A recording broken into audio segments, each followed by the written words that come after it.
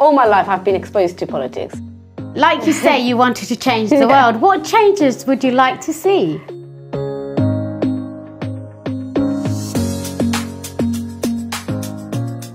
Assalamu alaikum. I am Shamina Abed, your new host for LB24. Today we're going to talk about how British Bangladeshi women are making it to the mainstream. Today we have a very remarkable young lady who's with us to talk about her journey. It is with a great pleasure I would like to introduce to Momtaz Khanom, a born British Bangladeshi from the second generation. Welcome, Momtaz, to our channel. Thank you. Thank you for having me. Today I'd like you to share with the audience why you're here. Right, well, thank you for inviting me, Shamina Abed. I'm here today because obviously I have been involved in many activities, including from being an educator to stepping into the political arena. And I'm here to actually encourage specifically Bangladeshi women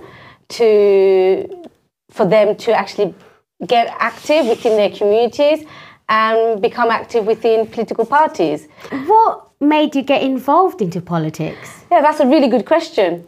Obviously, all my life I've been exposed to politics. You know, my dad, as many Bangladeshi community will know, his name was Goyas Mia, and he passed away nearly 9 years ago. And I've always been exposed to politics through him, to be honest with you, who was extremely active in the community and making lives of young people and the first generation, second generation better through education, through the catering industry.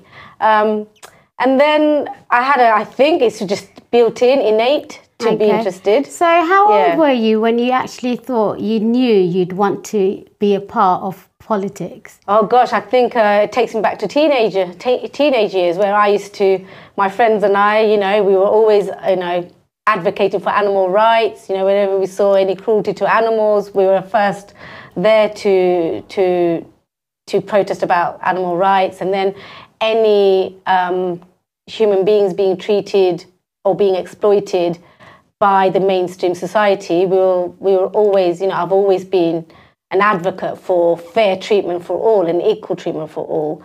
So since my teenage years, and then obviously I went on to university, and my degree subject is sociology. And from that, obviously at that age, you know, as a young university student, I wanted to change the world. And and I still do. Like you say, you wanted to change the world. What changes would you like to see? Well, it starts from, at the moment, the state the world is in, it requires changes, because obviously most deprived and most people who are financially deprived, economically deprived, who are socially deprived, are experiencing a lot of, you know, having negative experiences.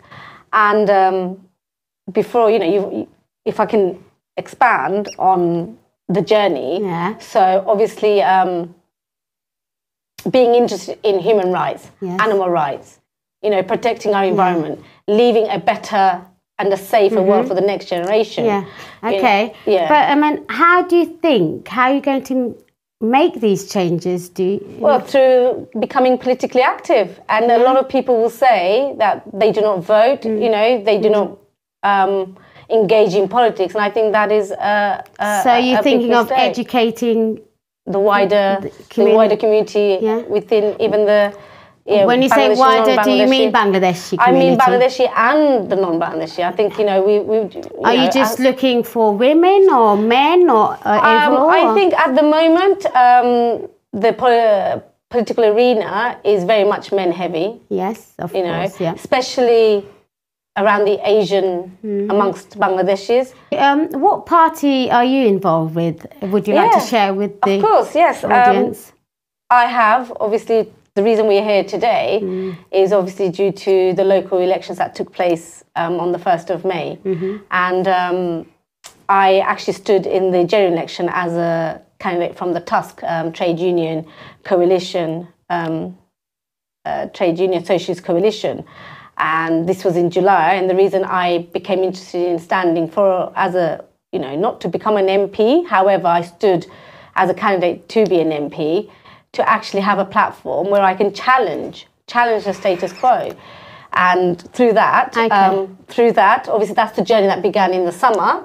And then I switched to the Green Party. The reason... Okay, before you go on about the Green Party, would you, please explain to the audience? I mean, they might not know what the Green Party stands for. What does it stand for? So with the Green Party, there is a misconception out there.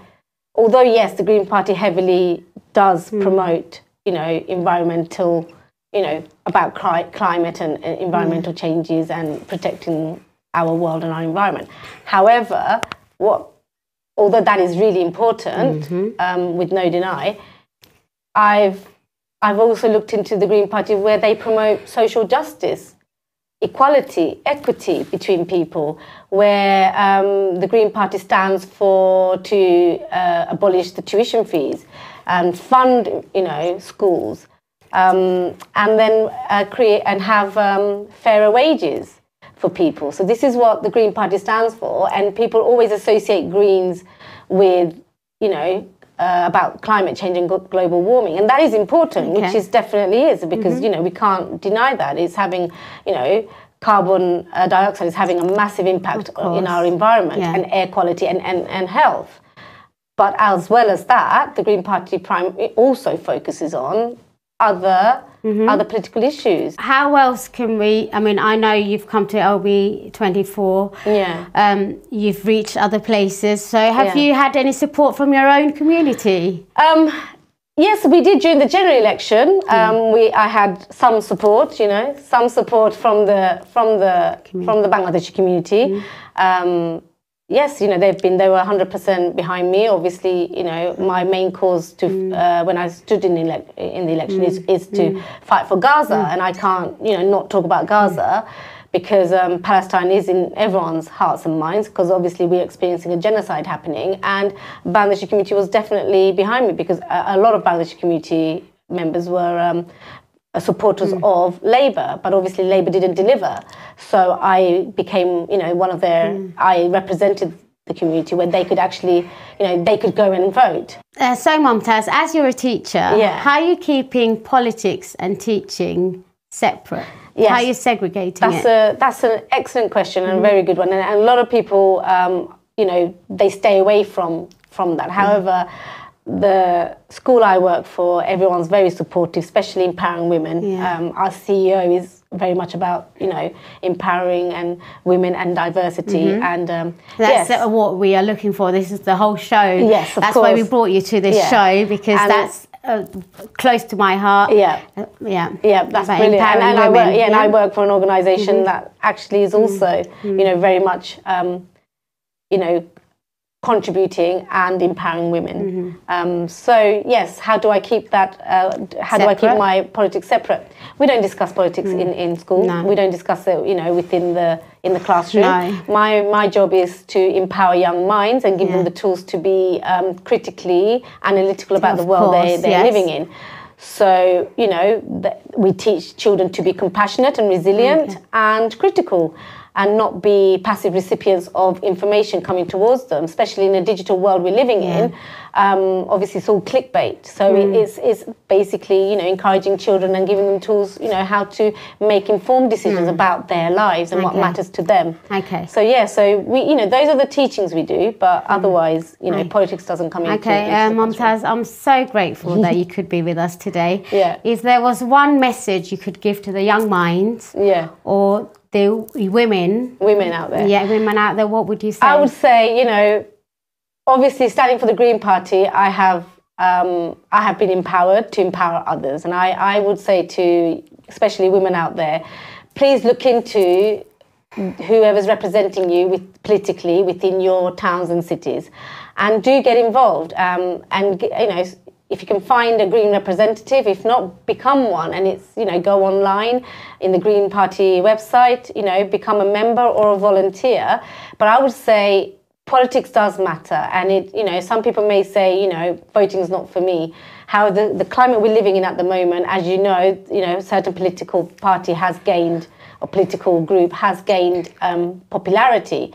And in order to counter that, we need more women, as well as men, of course, but obviously this show is about empowering women. We need more women to go out there and get involved. Please do get involved and you know, make informed decisions about who you'd like to support and be behind those who are representing your needs and your children's needs, and to make your lives and your children's lives better.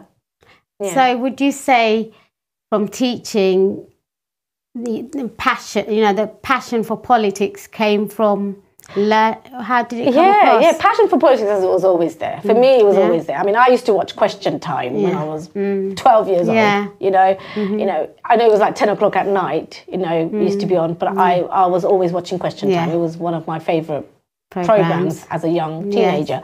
And I hope it's LB24 now. I'm sure it will be. And so, yeah, I've always had the passion for politics, and my education background's there. Again, I'd love teaching as well. So I've now got the opportunity where I can do both. I have like both the best worlds. Oh, Momtaz, you're such an inspiration. I'm so grateful and honoured that you came to Shamina Abed, LB24. No, thank you. On our first show. No, thank you for giving me the platform, because obviously the more, you know, if we, you know, encourages us to do more and it ignites more fire in our belly to actually challenge the status quo. So yes, thank you for giving me the platform to be able to share with your audience, you know, what I'm doing, and I hope that the audience at home can take some things on board and go and find your local Green councillor or your Green representative within your own town and city. Thank you very much, Momtaz Khanom. That's fine. Thank you. Go Green Party for Momtaz. Thank you, LB24. This is Shamina Abed, and I'd like to see you again very soon.